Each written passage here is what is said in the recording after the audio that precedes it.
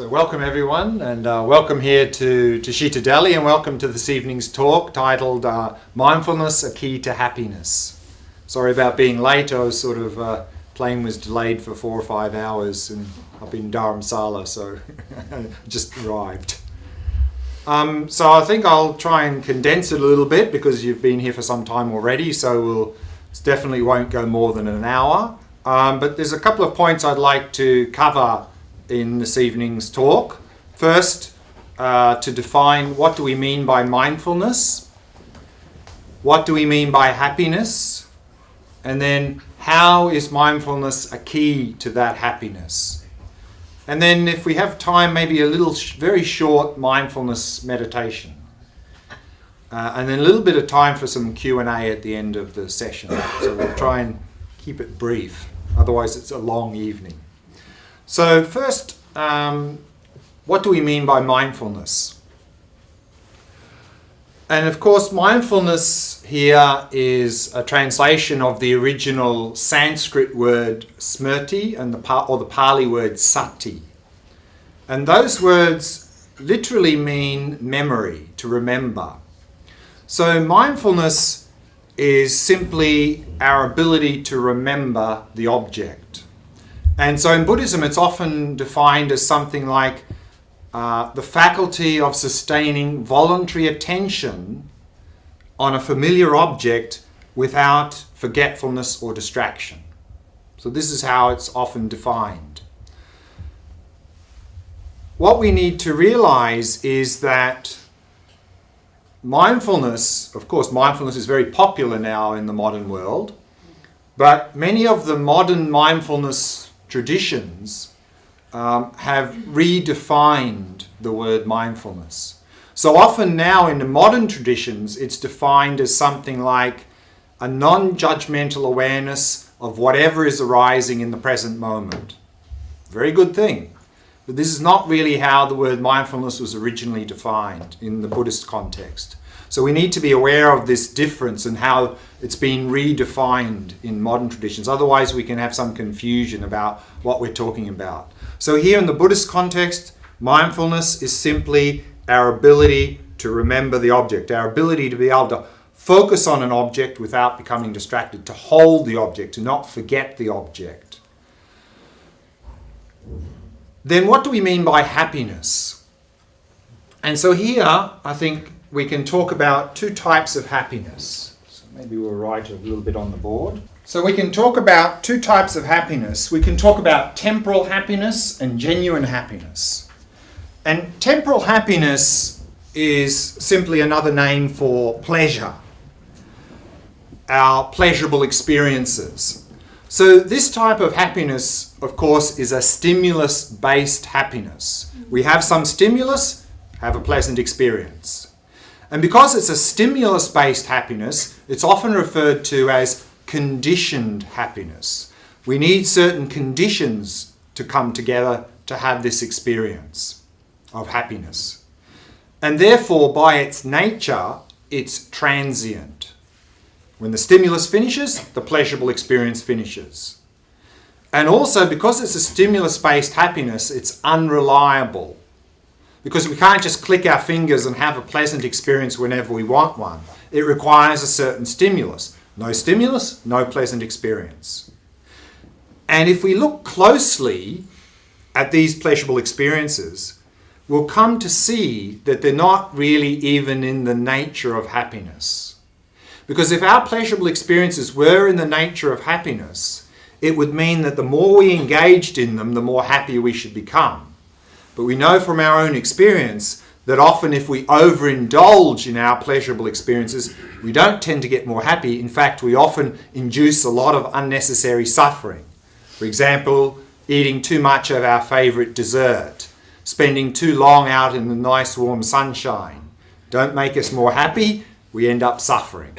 So what we can understand is that these pleasurable experiences are relative experiences. Relative to a previous state, they're an improvement, but if we overindulge in them, then often they become suffering themselves. And so this is to be distinguished from genuine happiness. Genuine happiness is this state of inner well-being. And this is not a stimulus-based happiness, meaning we don't need any particular stimulus to have this genuine happiness. And because it's not a stimulus-based happiness, it's called unconditioned happiness. We don't need certain conditions to come together to have this genuine happiness. And therefore, it is not transient, it's stable. Therefore, it's not unreliable. In fact, it's reliable, and it is in the nature of happiness. And so we need to distinguish these two types of happiness, because often we don't, and often we want the first one to be the second one. And so that just creates a lot of suffering, because we end up with craving and attachment for our pleasurable experiences, hoping that they're going to satisfy us, hoping that they're going to last. And of course they never do. And then we just create a lot of suffering for ourselves. So in Buddhism, when we talk about happiness, striving for happiness, we're mainly talking about the second one. But what we need to understand, it's not a choice. And unfortunately, often people feel like it's a choice. That if I want to be a good Buddhist, then I need to sort of somehow give up my pleasurable experiences because I'm going for genuine happiness. It's not like that. In fact, if we strive for genuine happiness, this state of inner well-being, as a side benefit, we actually end up enjoying our pleasurable experiences much more than we do now.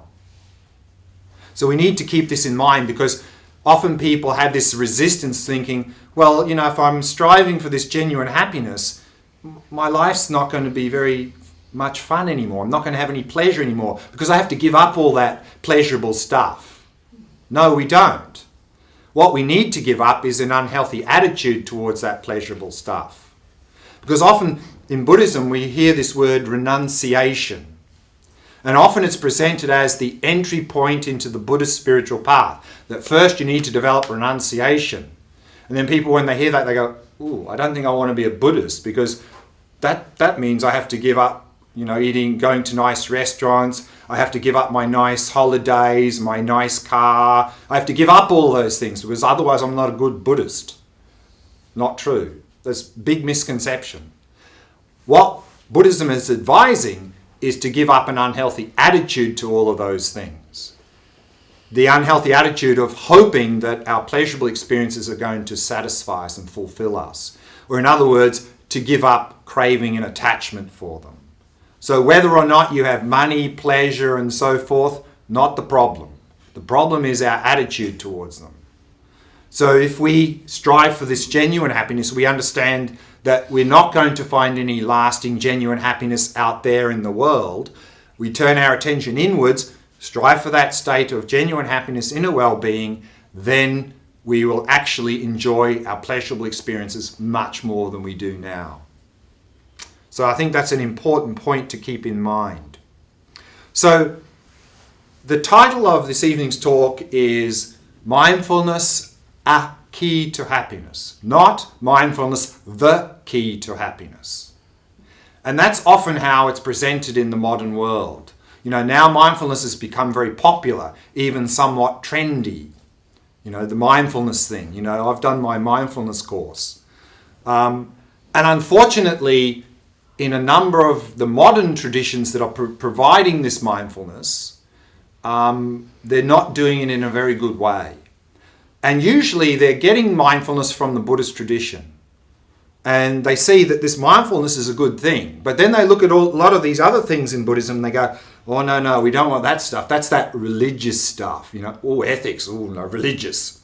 Love and compassion, oh, no, religious. Get rid of that stuff. So they throw out everything else. They take mindfulness out, and then you get the bare mindfulness. And then they present it as the magic pill of mindfulness. Here, take this magic pill of mindfulness and all your problems will go away. They won't. In fact, the magic pill of mindfulness could even make your problems worse.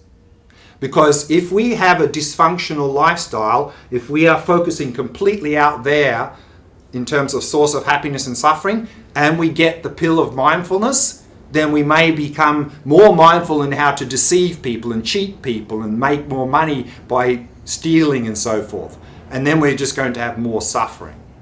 So therefore, unfortunately, the way it's often presented is this way. Just the bare mindfulness, that's all you need. Then it becomes, there's a nice term that someone coined, mindfulness, in terms of fast food mindfulness, like McDonald's. Mindfulness, and it's not healthy, and it can make more suffering. So if we want mindfulness to be effective, and of course it is, we need a framework. We need a framework around that mindfulness. And of course in Buddhism, there's a particular framework, and I'll briefly touch on that a little bit later. Otherwise, mindfulness is not effective. It's not going to really help us to be more happy. So now we tend to have a lack of mindfulness. Our mindfulness is not very well developed. And then generally together with that, we have this world view that the source of happiness and source of suffering is out there. So those two things together usually lead to attachment to pleasant things, craving and attachment for pleasant things, because those pleasant things, they're the source of my happiness. I need more of that. I want more and more. So we end up with craving and attachment to pleasant.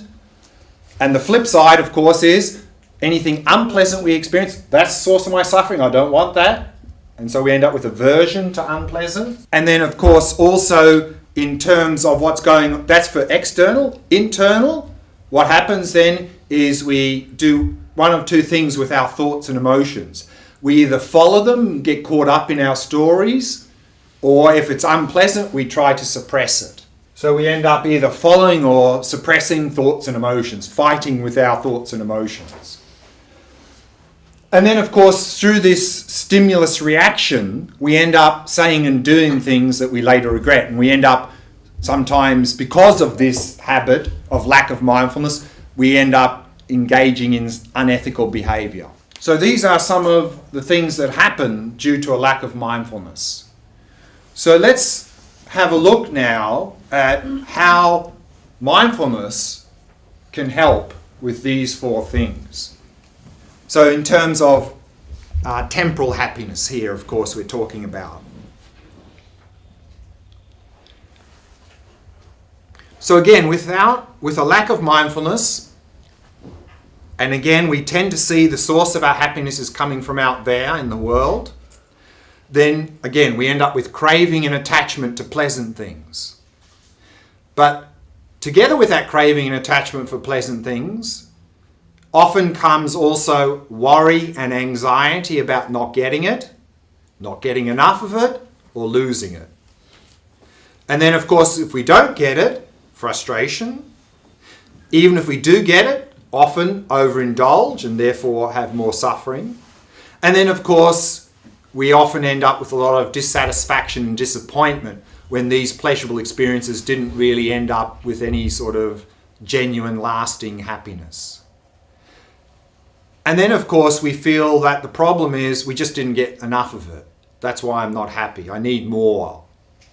In fact, that reminds me of a study that I saw that someone did. Was this person was interviewing billionaires, not just millionaires, billionaires, super wealthy people, about their level of happiness. And as you probably could expect, the average answer was they're not very happy, probably less happy than an average person. But still, the average response in this survey was, from these billionaires, if they had 25% more money, they'd be more happy. That was the average response. So they still felt the reason they weren't happy, they didn't have enough money. They just, a bit more, then they'd be happy. Then it'll all be good. So that's what we do. So we end up, it's this vicious cycle, you know. We have these pleasurable experiences, they don't satisfy us. Okay, problem is I didn't get enough of it, I need more of it. And we just go round and round and round and round and suffer. And not only that, our craving and attachment, of course, is never satisfied. No matter what we get, never satisfied. In fact, craving and attachment is always looking for something bigger, better and different. Which means that if we get too much of what we normally enjoy, after some time, craving and attachment goes, sorry, not good enough anymore. I need something bigger, better, and different. So we're never satisfied. But if we can cultivate mindfulness, things will improve. Because if we can become mindful of these pleasurable stimulus, then craving and attachment will reduce. Because with mindfulness, we're going to be more in the present moment. We're going to be more in that direct experience of that pleasurable experience. Craving and attachment comes from our discursive conceptual mind. And if we have more mindfulness, we are more fully present with that sensory experience, less caught up in the conceptual mind, meaning more enjoyment, less craving and attachment.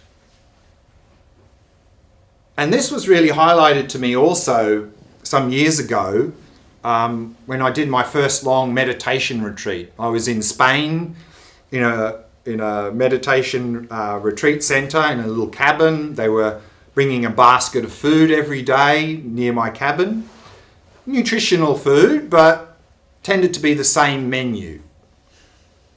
And we know from our own experience, it doesn't take too many days of eating the same food before even if we enjoy it, that our mind goes, oh, not that again. No. But my experience was, after about a month of eating the same food, it started tasting better. I thought, wow, the cook's really putting more effort into the cooking now. And then after a couple more weeks, it kept tasting more, improving taste. So after about 6 or 7 weeks, it kept tasting better and better and better. But after 6 or 7 weeks, I realized this is exactly the same food as 6 weeks ago. Exactly the same. And then I realized what's really happening is, due to being in meditation retreat and practicing mindfulness, the mind was calming down, craving and attachment calming down. And I was more in the experience of eating the food. And that's why. And I can honestly say, I've never tasted food that tasty ever before in my life. And it's not because the food happened to be more tasty than other food. It was because my craving and attachment was settled down to a level that I'd never had before. And also, I was in a meditation cabin on the side of the mountain, beautiful view, 2,000 meters, spacious view, Mediterranean in the distance, beautiful. But again, if we're in a place that has a beautiful view, it doesn't take too many days of being there and we don't even notice the view anymore. Because craving and attachment after some days goes, boring. I've seen it before, boring. But my experience was the view, like the food, was getting more and more beautiful. And then also little insignificant things, tiny little flower, after about a month or so, wow, it's so beautiful, so attractive. Again, simply through mindfulness.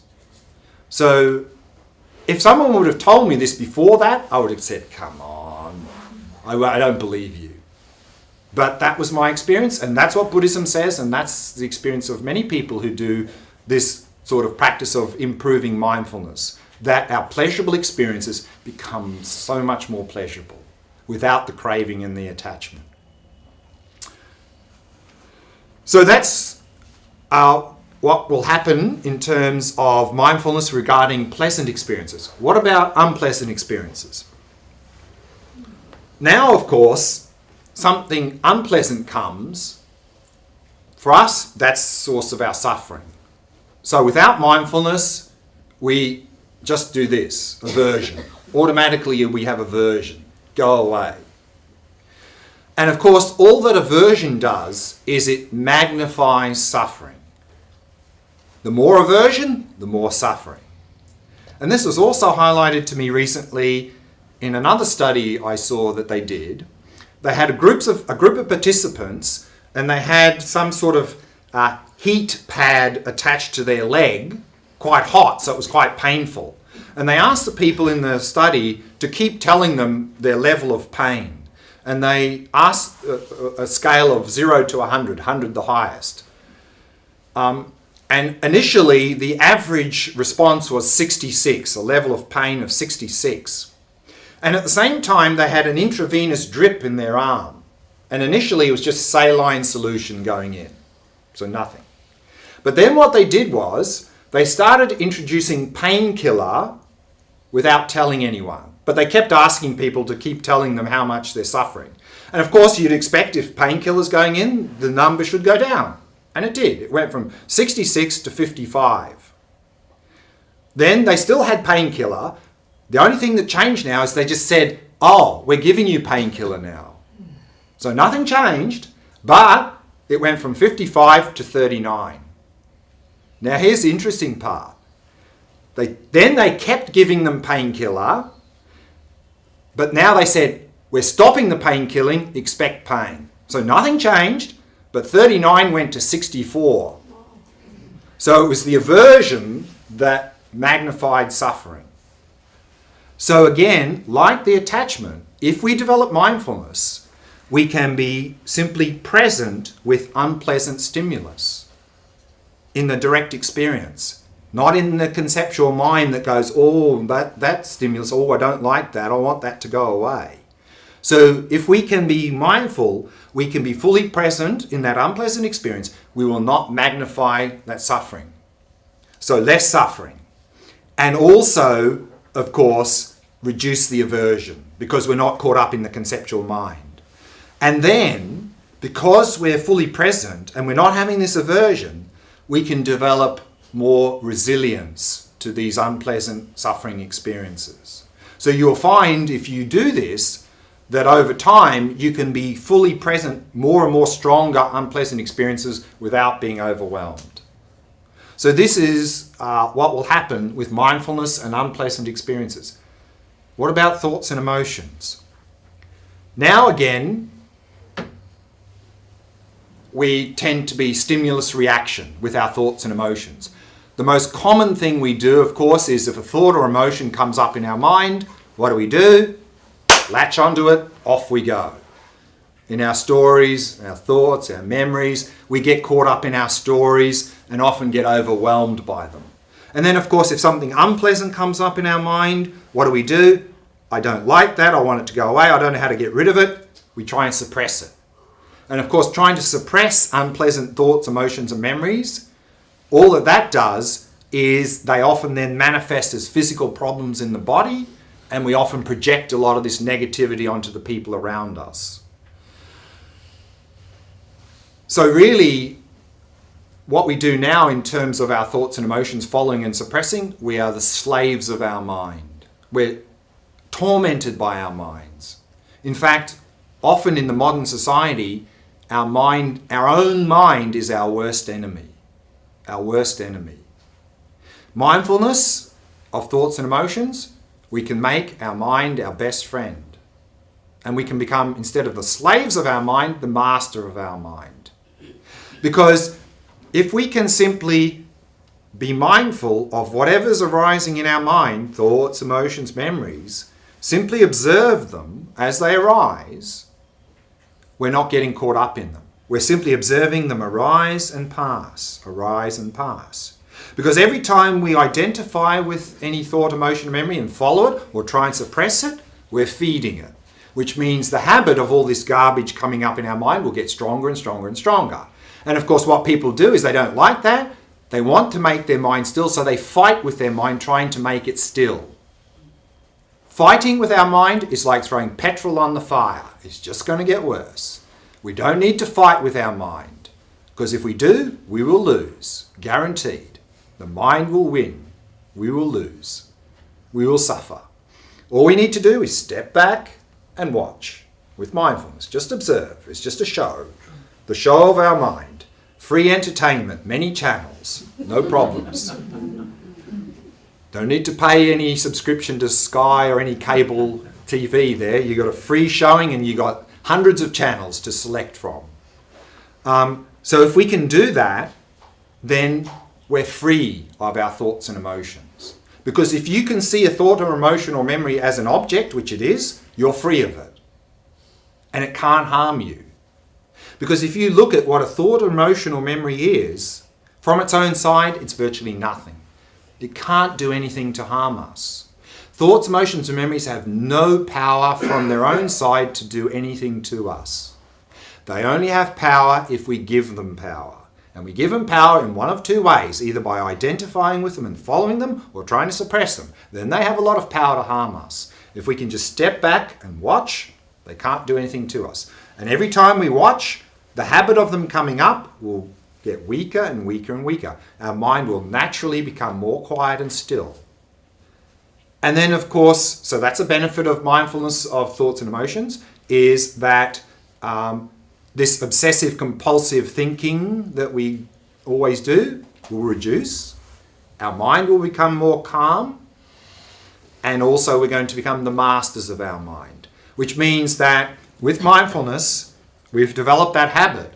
If in future then some strong thought, emotion or memory would come up, we could simply be present with it without it overwhelming us. And also the other benefit is this mindfulness of our thoughts and emotions is very much a healing practice. Because often, a lot, I think, of also our physical ailments in the modern world is suppressed mental content. And if we stop suppressing, allow it to arise, acknowledge it, that starts the healing process of healing our mind. So this is what mindfulness of thoughts and emotions can do. And of course, in terms of behavior, now again, we tend to be stimulus reaction. Something happens, we react. And often our reactions are not very constructive and even react unethically. And then, of course, we tend to regret it because we've just impulsively reacted in not a good way. So if we can become mindful of our behavior, then we can become more ethical. Instead of stimulus reaction, we will have stimulus response. So instead of reacting out of bad habits, out of anger, jealousy, and so forth, with mindfulness, we can see what's happening, and then instead of reacting out of those habits, we can respond in a much better way with love and compassion and so forth. So we'll become more ethical, and also we will have better self-esteem. Now, and this seems to be epidemic in our modern society, low self-esteem. And one of the reasons is lack of mindfulness. Together with identifying with our behavior, identifying with our thoughts, emotions, and memories. That's what we do, we react, So we identify with our behavior, but we are not our behavior. We have a certain behavior. But that's what we do. With a lack of mindfulness, we identify with our behavior, with our emotions, our thoughts, and we say, I'm just a bad person. I'm just hopeless. I'm weak. I'm useless, blah, blah, blah, blah. We are none of those things. We are not our behavior. We are not our emotions. We are not our thoughts. We are not our personality. These are all things which we have. You can't be something and have it. So either you are your behavior or you have a certain behavior. Either you are your thoughts or you have certain thoughts. Either you are your habits or you have certain habits. And either you are your personality or you have a personality. These are all things which we have, which means they're not us. So we don't identify with them. So rather than saying, if we've done some harmful behavior, rather than thinking and saying, I'm a bad person, with mindfulness we can simply see, I've done a bad thing. Then we can feel good about ourselves still. We don't beat ourselves up. So instead of doing a bad action and thinking I'm a bad person and feeling guilty, which just paralyzes us and completely useless, rather with mindfulness we can simply acknowledge, I've done a bad thing there, have forgiveness and compassion for ourselves, and then look at overcoming that negative behavior, regretting that negative behavior instead of feeling guilty. So if we can develop mindfulness, that's going to help us to stop identifying and reacting in this way. So these are ways in which we can use mindfulness in terms of this sort of temporal happiness. But of course, if we only strive for temporal happiness or pleasurable experiences, then we're never really going to find that genuine well-being, genuine happiness, inner well-being, because we're then at the mercy of external conditions. And we have very little control over external factors, particularly if they're other people. So if we're basing our happiness on the hope or trying to manipulate and control the things around us, we're doomed. We're doomed because we're never going to be able to do that. And the more we try to do that, the more we suffer in this way. So we don't have to try and control things around us because the source of happiness and suffering is not out there, it's inside of ourselves. So therefore, if we want to find that genuine happiness and inner well-being, then we need a framework around that mindfulness. And in Buddhism, of course, we have a particular framework. And in all Buddhist traditions, we have the same framework. And the framework is called the three higher trainings. So there are three things that we need to focus on to strive for this genuine happiness. And they are ethics, concentration, wisdom. In Sanskrit, of course, ethics is shila. Concentration is samadhi. And wisdom is prajna. But often in many Buddhist traditions, when they talk about the concentration or samadhi practice, often you'll hear the word shamatha. Again, Sanskrit word, and it's a particular level of samadhi we're trying to cultivate. And then often when we talk about the wisdom practice, or in Sanskrit prajna, we see another word in Sanskrit, vipassana. And of course, probably many of you are more familiar with the Pali word vipassana. But vipassana have the same meaning. In that, the word, we can divide into two. Vi, the prefix vi means higher or superior. Passana or pasana means to see. So vipassana means higher seeing, seeing beyond. Usually it's translated into English as insight or special insight, meaning an insight into the nature of reality. And shamatha can be divided into two. Shama means calm, and ta means to abide, to remain. So a calm mind that is abiding single-pointedly on an object. So often shamatha is translated as calm abiding. So what we see here in all Buddhist traditions, the foundation is ethics, avoiding harmful behavior. And on that basis, the two core practices is shamatha and vipassana, concentration and wisdom.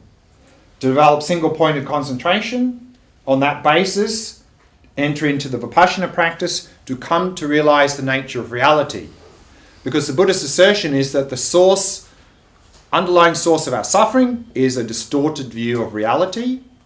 If we want to overcome that suffering, we need to overcome the cause, we need to overcome our distorted view of reality, we need to come to realize the nature of reality. This is vipassana practice. So these are the three core elements. So let's now briefly see how mindfulness is important in each one of those three areas. Because without mindfulness, you won't be able to practice any one of those three.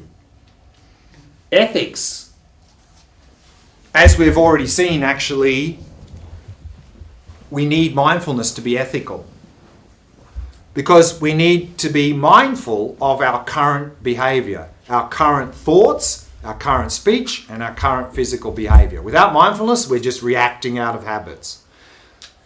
And also, of course, we need to be mindful of what things to engage in and what things to avoid there as well. So for our current and our future behavior, mindfulness is key. Without mindfulness, I think it's going to be difficult to maintain an ethical behavior because we're just going to react. Some strong stimulus comes, before we know it, we've said and done something we regret, something unethical. So we need mindfulness to improve that. So we need mindfulness at the basis of ethics. Shamatha Of course, in the Samadhi concentration practice, mindfulness is key. In fact, mindfulness is the main tool in the shamatha practice. Because in the shamatha practice, we are trying to focus on a single object. And we're trying to tie our mind to that object with the rope of mindfulness. So mindfulness is the main tool in shamatha practice. By strengthening mindfulness, by strengthening our ability to hold the object and not get distracted or forget it, we are improving our concentration. So mindfulness, number one tool in this practice. Without mindfulness, no way we're going to develop concentration. And then vipassana, also mindfulness is key. Because in vipassana practice, we are investigating the nature of reality. If we want to investigate the nature of reality, we need to be focused. If we don't have mindfulness, it's not going to work. We're going to try to investigate, and then of course we'll get distracted by something, or our mind will be confused and dull, and it's like we're trying to see something very clearly, investigate. We can't do that without mindfulness. So therefore, vipassana practice won't work without mindfulness. So in each one of those three areas, without mindfulness, I think we don't have much chance of doing much at all. So we can see here that mindfulness is a key element in the striving for genuine happiness. Okay, I think that's enough for that. What I'd like to do now, very brief, is to do a little mindfulness meditation. Maybe 10 or 15 minutes, particularly going back to what we looked at here. Particularly this one. Well, actually, all these three. Is to begin to overcome this reaction, we need to practice. And so what we're going to do is that we are simply, at the beginning, of course, we're just going to prepare ourselves by setting up a good posture, and then preparing ourselves by focusing on our breath for a little bit to prepare ourselves. And then what we're going to do is we're simply going to observe what's coming up in our mind, to develop the ability to observe our thoughts, emotions, memories, whatever's arising without reaction. So again, just to observe the movie of our mind without getting caught up in it. And then what we're going to introduce a little bit as well is to have a look at our natural tendency. That when something pleasant or unpleasant comes up in our mind, what do? Just to have a look at that. So that's what we're going to do. Very simple. Just 10-15 minutes. So, and then there's maybe a little bit of time for some Q&A. Okay, so find a nice comfortable posture and we'll begin.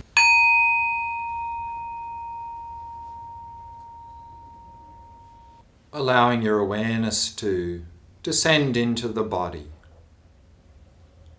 Simply becoming aware of sensations throughout the body.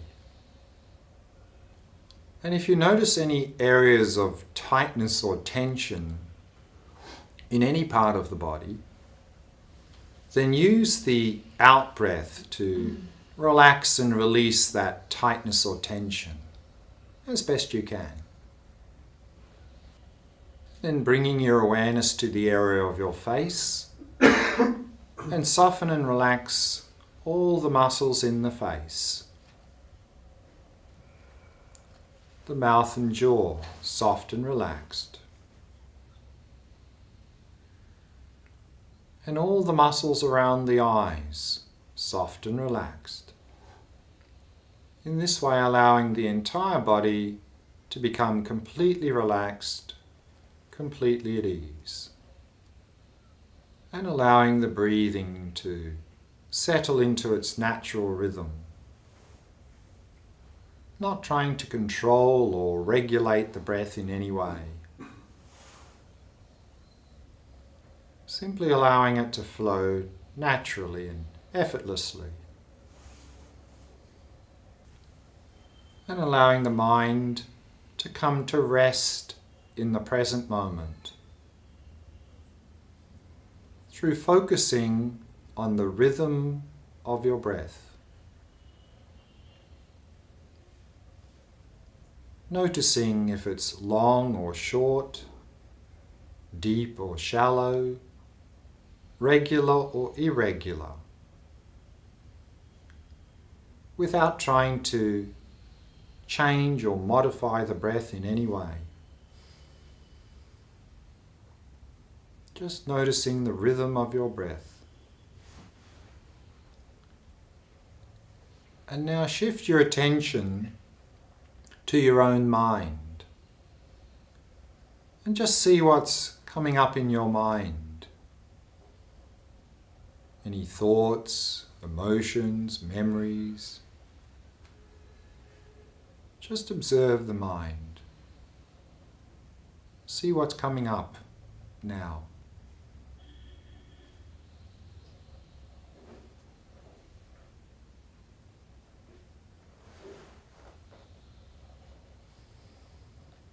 Without following any thoughts or emotions or memories, without trying to get rid of any. Simply be like an impartial observer or witness, observing the movie of the mind, without getting caught up in it.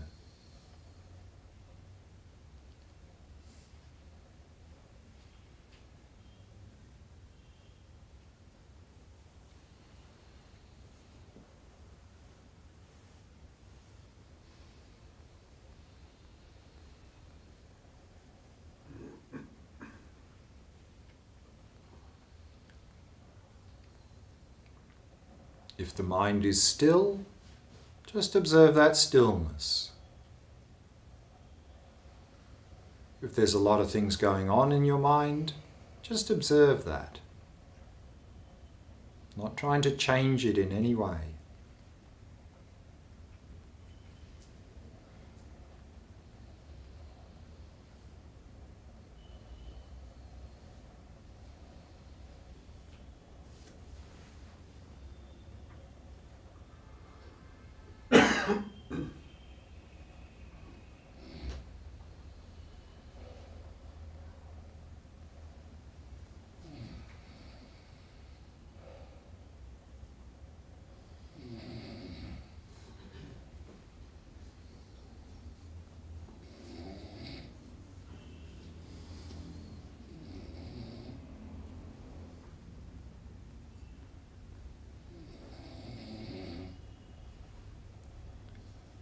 And then observe any reactions that you have to anything pleasant or unpleasant that is arising in your mind.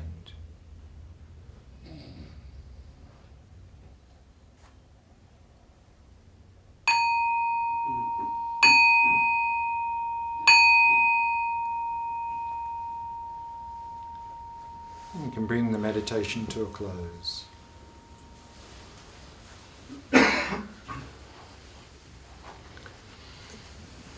I think with this sort of meditation in general, as a beginner, it's very much recommended that we keep the sessions very short. And so I think particularly with this sort of practice, we can do it in a formal meditation posture for a short time, but also we can do this sort of practice throughout the day. I mean, we can just at any point in the day, we can just stop whatever we're doing and just observe our mind for 30 seconds. Just notice what's going on. And in that way, we can really start to improve our mindfulness. Because the key to success in any practice, and particularly this practice, is continuity. So if we sort of do this practice or something like this in the morning, but the rest of the day we just run around mindlessly, then we're not really going to progress. Because 15 minutes of mindful meditation in the morning versus 14 hours of mindlessly running around reacting, which one is going to win out? I think the second.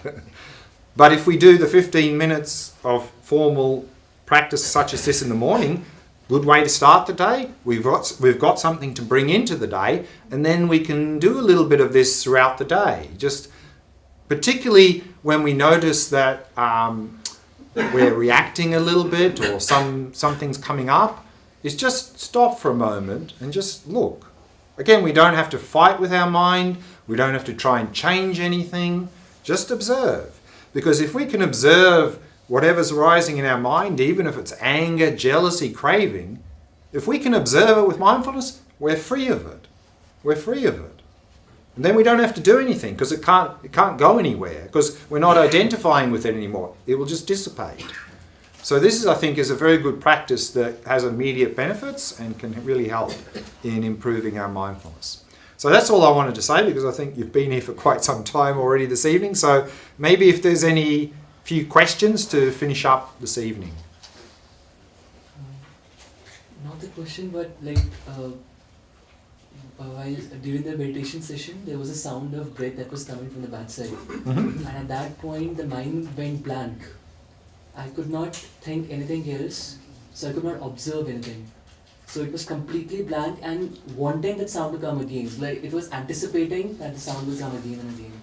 So I think what to do in that case. Yeah. So again, with this practice, whether there's something pleasant appearing, whether there's something unpleasant appearing, whether there's nothing appearing, all are equally good. Not to have preference. Because sometimes in this practice people they want the mind to be still. Sometimes people want pleasant things. Sometimes people want other things. But this is just craving and attachment. So in this practice, just observe that. Observe that wanting something different. And if you observe it, you're free of it. What is the closest word in Sanskrit for mindfulness? The word in Sanskrit is, of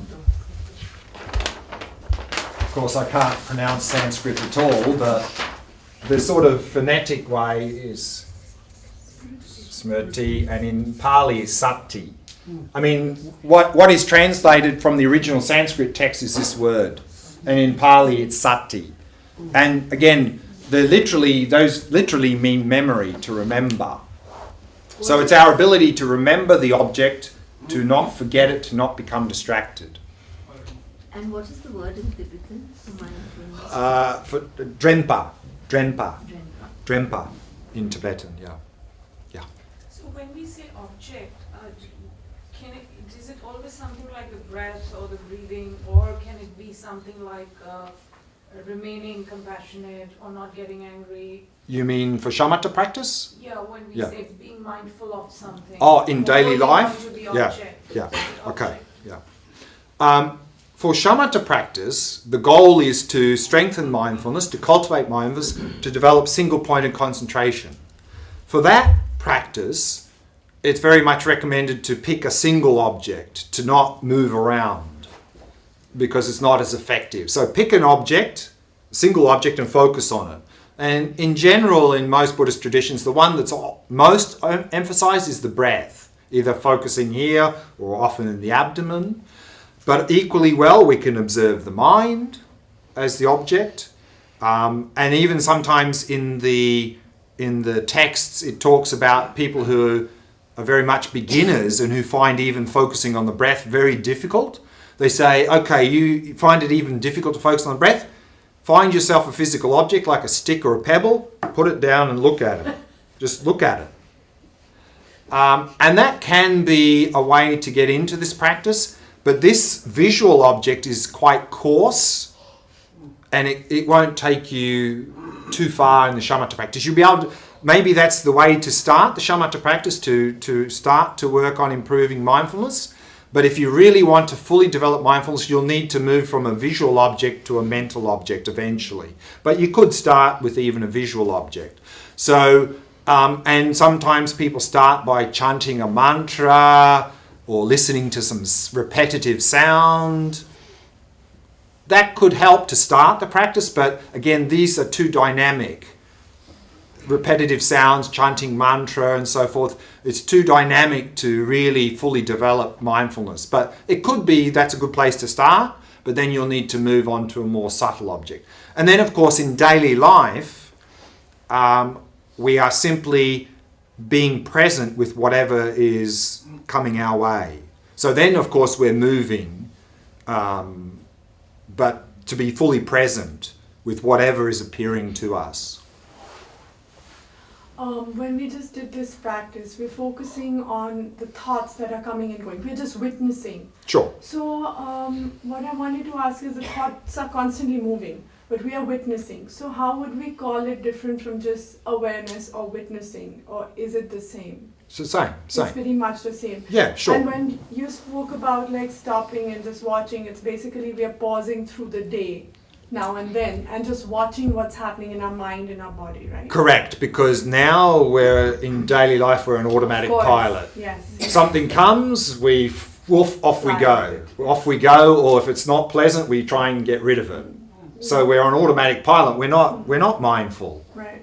And that's what we're trying to do is, of course, at the beginning of the day, you can say, okay, today I'm going to be mindful the whole day.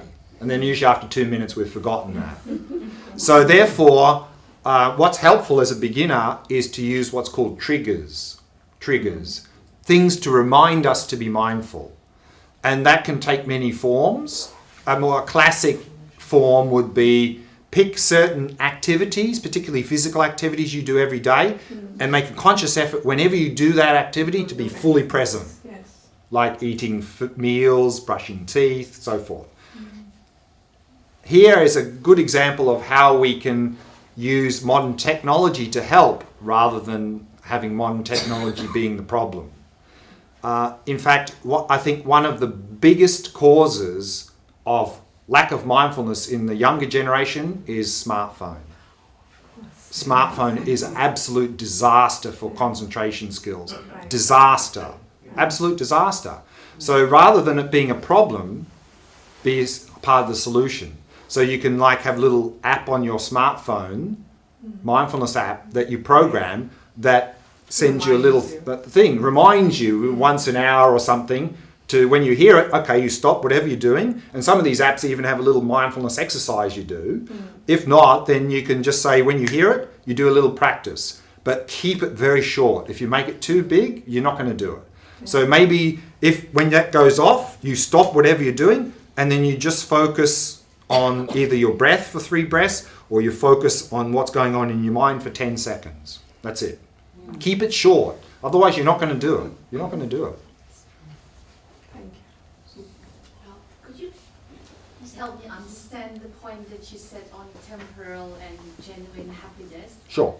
What I understood from your teaching is that they can coexist. Absolutely. What I have been thinking all along is that only out of the two, the later, the genuine would stay, because as you understand, the first one doesn't have the nature of happiness, so subconsciously the mind will start rejecting it. So how does it coexist? This, Yeah. Like What the mind will reject correctly is that those pleasurable experiences are never going to give me any lasting, genuine happiness. That's what we're going to start to understand. But that's why we need a framework for mindfulness. And unfortunately, a lot of modern day traditions that are providing mindfulness don't have this framework. And to be honest, I think many people in the modern world, their worldview is happiness and suffering is coming from out there. So, mindfulness is presented as a way of being more effective so you can make more money, you can have more pleasure, blah, blah, blah. This is not going to work. Because what's going to happen is you're going to become more obsessed with that, more attachment, more aversion, and you're just going to suffer. Whereas if you, together with the mindfulness, if you provide a framework or an understanding of genuine happiness, that genuine happiness is coming from within, then our worldview will shift from the source of happiness and suffering out there to it being in here. And if we do that, what will happen is that we won't hope or expect that those pleasurable experiences are going to satisfy us, which means we'll drop the craving and attachment. which means when they come, and they're still going to come, we won't have the craving and attachment, which means we're going to fully enjoy them. And the measure of whether we've got craving and attachment is, if we don't get it, do we get upset? If we get upset about not getting something, there's craving and attachment. If it comes, we enjoy. If it's not there, okay, it's not there, no big deal. That's the measure. And so the more that you can shift that worldview to here, the more you're going to enjoy those pleasurable experiences. And the less you're going to search for them, because you'll know that they're never going to satisfy you. And the more you're going to search for genuine happiness and inner well-being. And once you start to get a taste of that, really it has to be experiential. Once you start to get an experiential taste of that, these pleasurable things, you just lose interest in chasing after them, because it's nothing. It's nothing. It's not going to, compared to trying to find that genuine happiness. Okay, maybe last question. Yeah.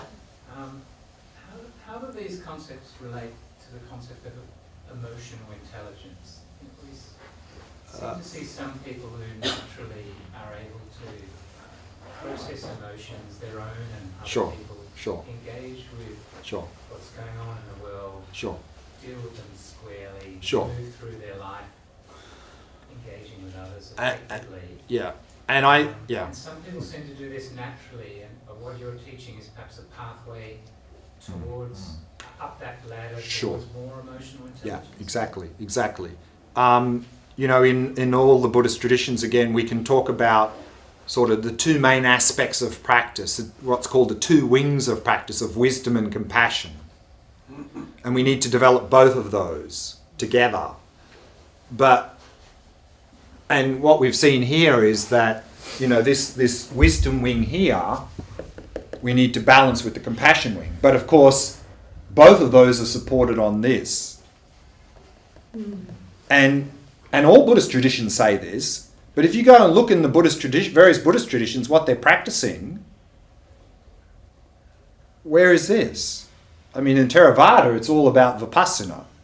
Mahayana in the Tibetan tradition talk about bodhicitta, emptiness, deity yoga. What happened to the shamatha?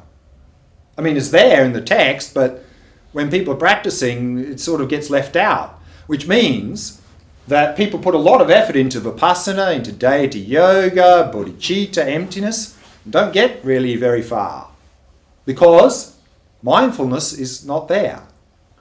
So I think that emotional intelligence, of course, is this combination of wisdom and compassion. But if that's going to flourish, we need mindfulness.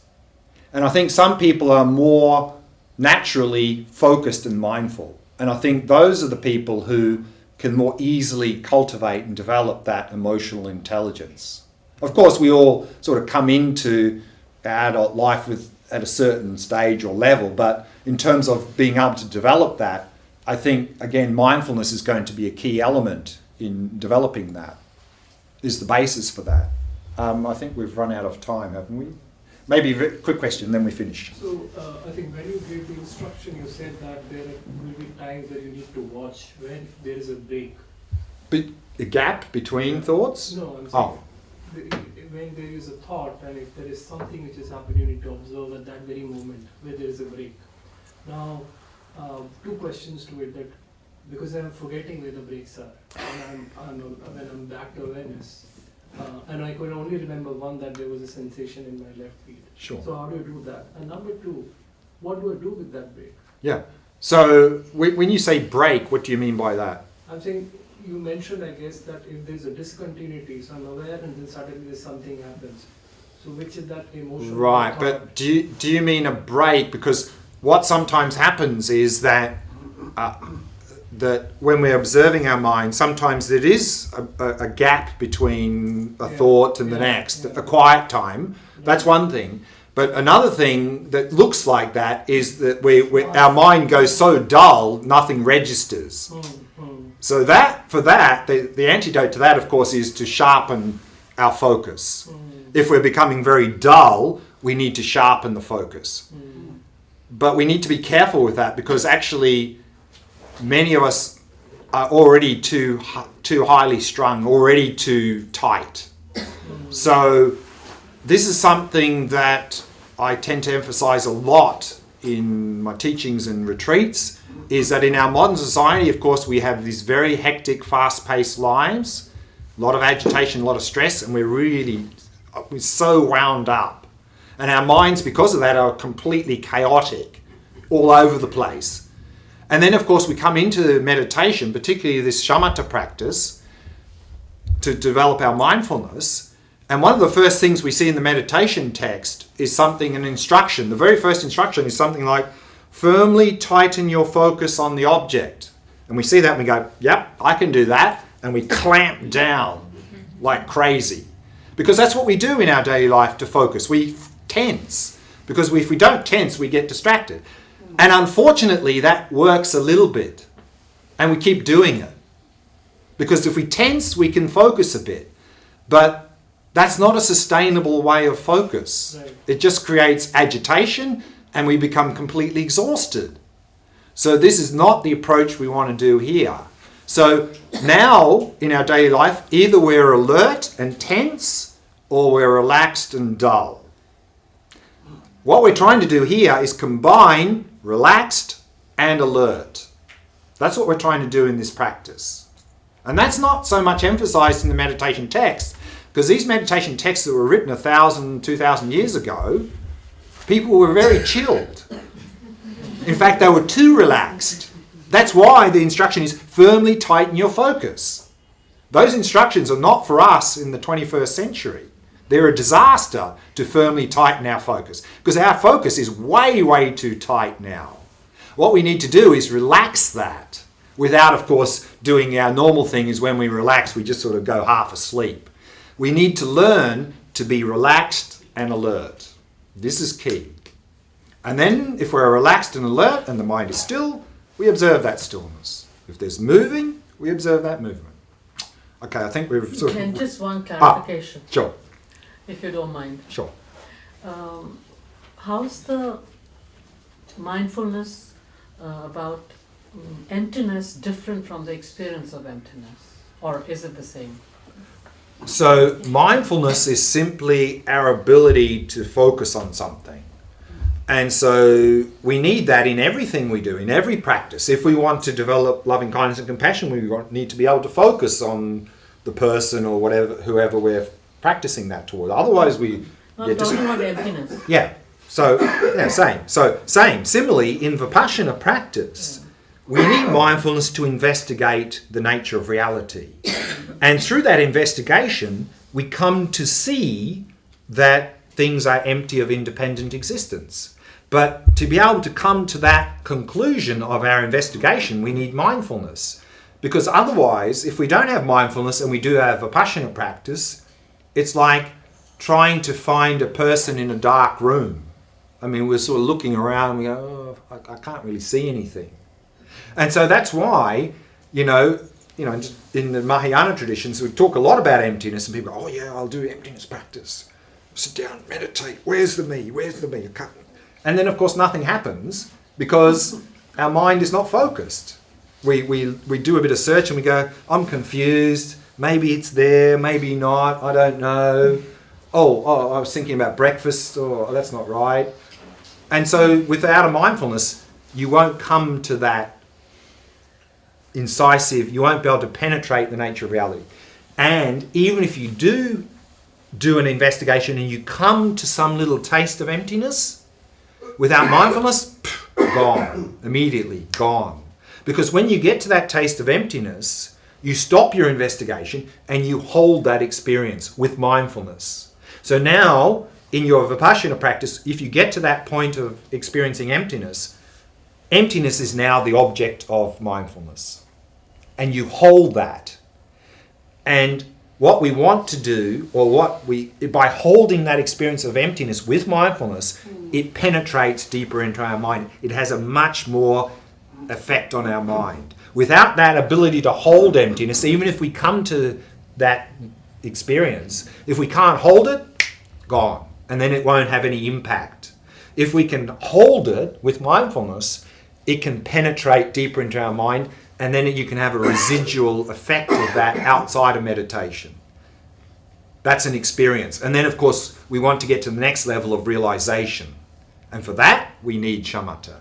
For that, we need fully developed mindfulness if we want to realize emptiness. To have a strong experience of emptiness, we need some mindfulness. Otherwise, it's not going to happen. Thank you. Okay.